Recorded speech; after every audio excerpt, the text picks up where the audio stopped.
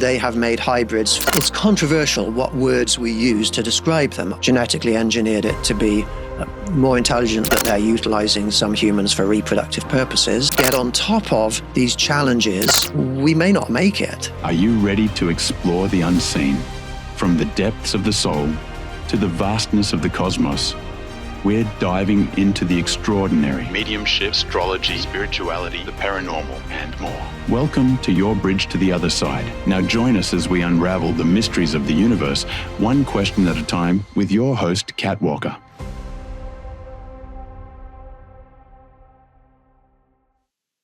Hey there, and welcome back to your Bridge to the Other Side. I'm your host, Kat Walker. I'm a medium and psychic, and we are exploring all things mystical and beyond. Last episode, we were visiting with Rupert Guy, who is the founder of Alien Contact, and we were discussing how the aliens of the past have interacted with us as humans. And we had discussed pretty much how they were contacting through the group Alien Contact and some of the things that Rupert has learned. Rupert, I have a question that kind of dovetails into what we were discussing last episode. And that is, I hear a lot of theories that ancient people had direct contact with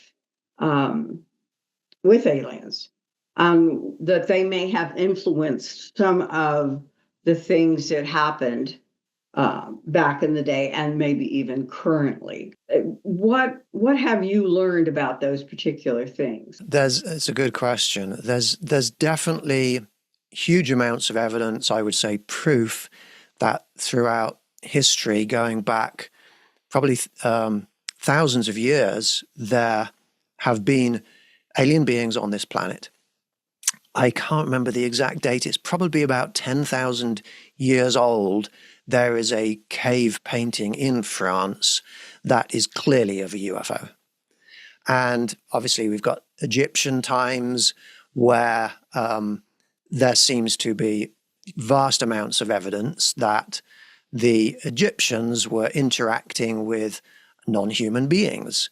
And some of those beings are the same beings we interact with today.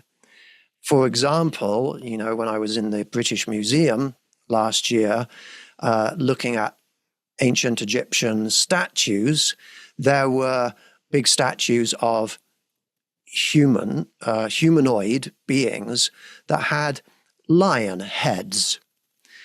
And I and my group, Alien Contact, we interact sometimes with humanoid beings that have lion or cat-like heads. We call them lyrans. And the statues have above the heads discs. Above and behind their heads, they have large discs, and they look very much like flying saucers. The ancient Egyptians had at the entrance to their temples, they had winged discs, flying discs.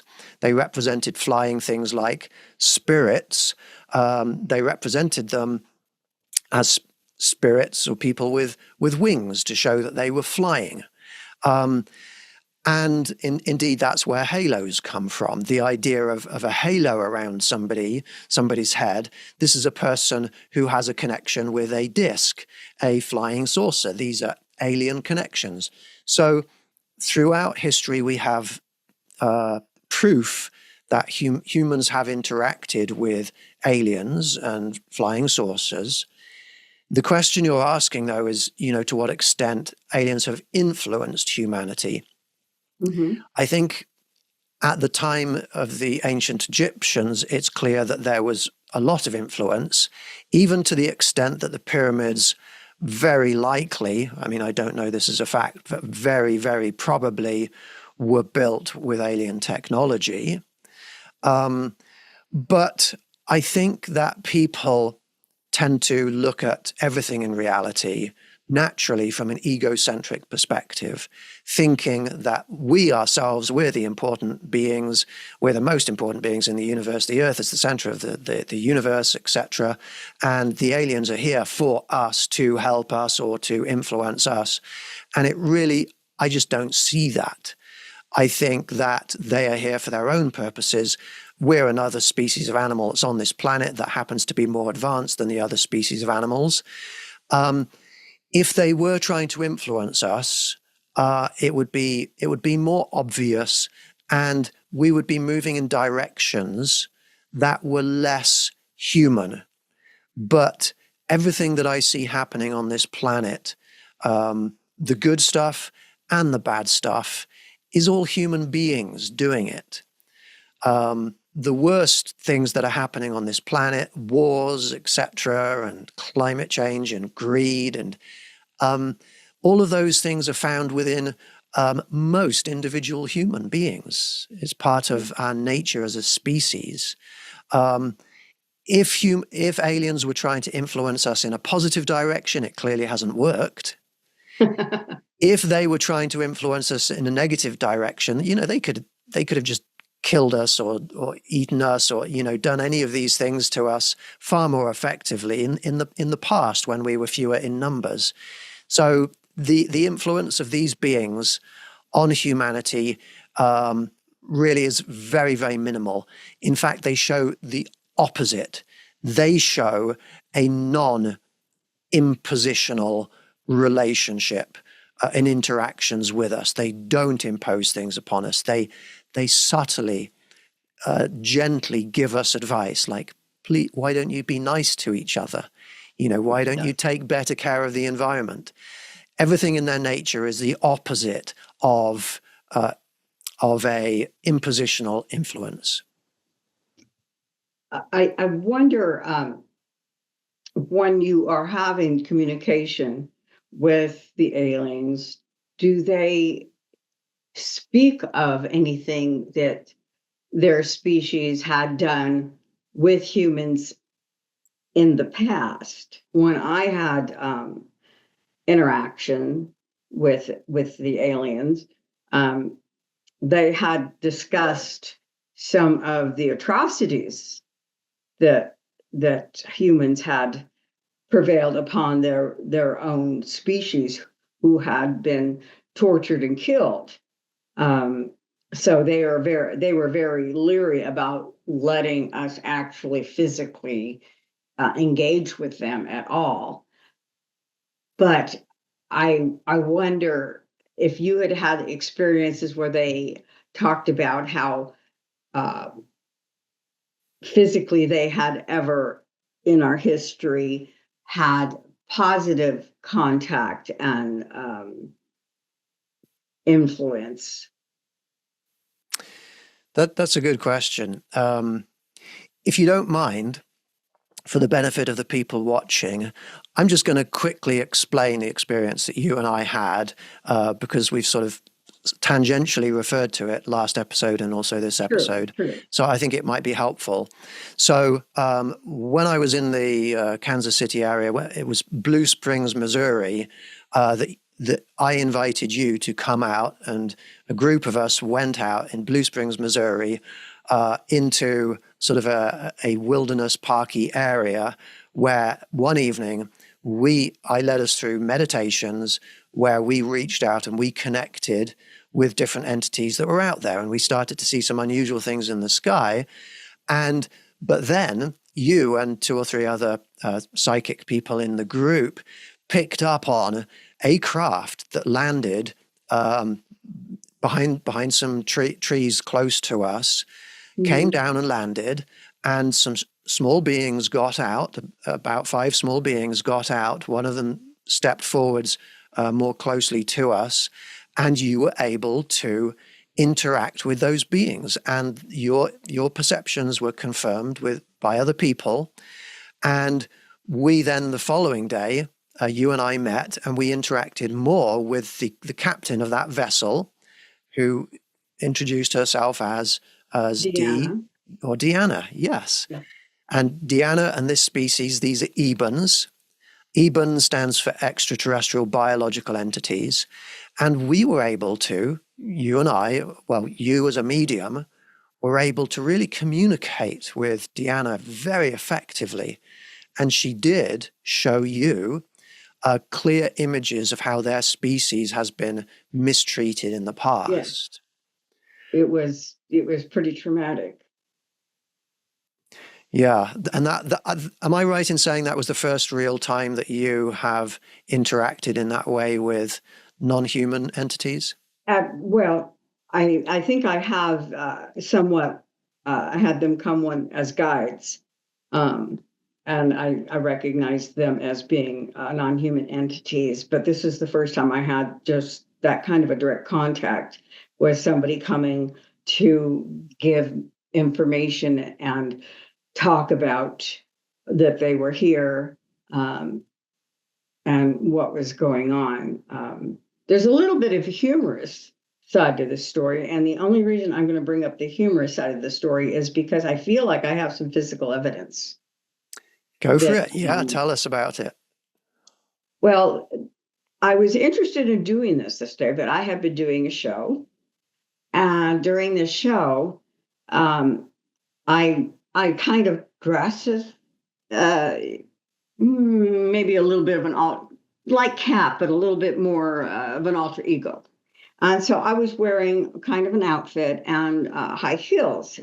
And I did not realize that we were going to be hiking into some pretty rugged area. So I was wearing, I believe, some sort of flowing outfit or something. And I had some fairly high heels on.